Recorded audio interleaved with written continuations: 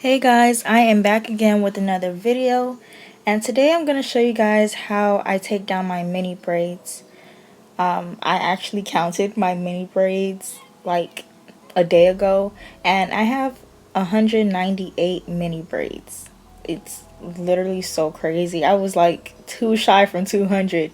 So this is what my back is looking like, and obviously you see the back has grown out pretty much. The front not so much, which I expected because I usually braid that part like pretty tiny and pretty tight as well, but the back usually grows out quicker anyways. So this is what it's looking like. So if you want to see how I take my mini braids down, keep watching. So usually when I take down my mini braids, I have nails, and they're my natural nails, not fake nails or anything. But this time my nails are naked. I literally have no nails to take this down, so it's gonna take a lot longer than it did if I did have nails.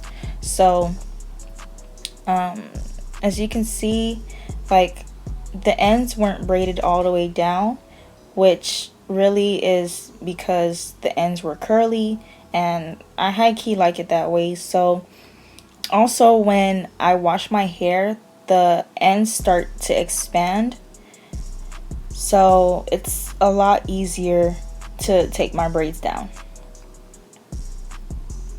Now usually when I'm taking out my mini braids, I like to take my time. I like to keep as much growth as possible. There's not much shed hair that comes with my mini braids. Obviously during the takedown process, and then having to take my hair into the shower and detangle and that whole process, there's a little more, which is expected. But because my hair was in a stretched state when I put it into mini braids, there won't be that many tangles either, and I'll still have my stretch. So I'm working my way up to the roots, and usually at the roots is where you see your demarcation line from the growth, and from where the hair was braided. So that's what you'll see here. Just a little bit of white, a lot less white in the front than the back, which I was actually shook when I saw the back of my hair, and I was like, oh my gosh, like there's visible white things there. So just make sure you remove that before you wash your hair or anything, because you don't want that to get caught in the washing process. Now with this, in the same place where the white spots are, there's a lot of shed hairs. So what I like to do is stretch my strands out and do what I'm doing in the video. Just running my hand down, holding it tight at the base, and just releasing the shed hairs. I'm not pulling hard or anything. I'm just slowly moving down my strands until the shed hairs come out freely and on their own. Now this part is what you want to take your time with, because it'll be easy for those strands to tangle up in your hair.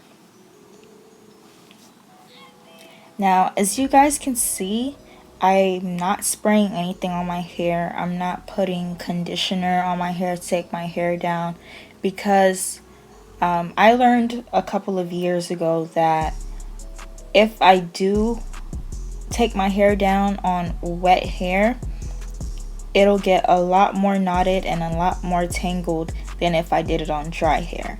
Now once all of my hair is out, then I would add my deep condition, add my water, and further detangle my hair. But in this case, we're just gonna do it on dry hair. That's always been the best choice for me, especially if I do it with mini braids. Now mini twists will probably be a lot different. I could probably get by on just spraying my hair and untwisting and all that stuff. But really, if you do the process correctly when you first do your hair, it should be cake. You know, it'll come out really easy.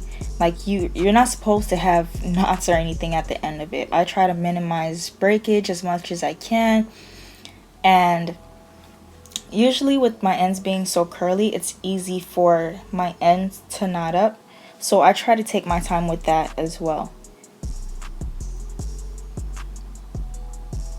So here, like I said, you know, I'm just making sure that I get all the shed hairs out at the root, and I'm showing you guys what that part looks like. I've only had my hair in for a month and a week, but really it should have been 2 months. And the reason why I'm taking my hair out is because I went into beach water. So, you know, I just want to take my hair out and treat it, you know, as much as I can. Like, if I have any like grains of salt in between my braids or nothing, like I didn't want that stuff to just sit, even though I did shampoo and condition when I came back from my trip. I still want to make sure that, you know, I take my hair out and I further treat my hair from, you know, the salt water. So here I'm just, you know, showing you guys what the section looks like, and then I'm gonna throw that section into a chunky twist. Usually I like to do a lot more and, you know, make the twist bigger if I take down more braids and, you know, put that into a twist. But for the sake of this video, for the sake of the length of the video, I'm just gonna do that small section and show you guys how I end it off. Now I'm doing the back just to show you guys, you know, how I take the back down, because the back has grown out a lot more than the front, like I said. And usually, like, I feel the knot at the root, not the knot from it being tangled, but from where the braid started, and that is usually like where all the shed hairs are and stuff, which is why there's more white in that area than in the front, because I usually focus my products and everything, scalp massages and all of that, on the back of my hair.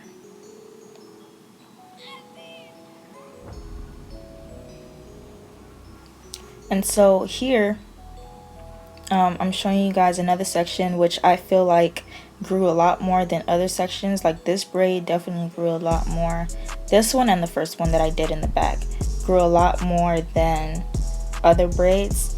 And I'm just showing you guys, you know, how I take that down, and also, you know, what the new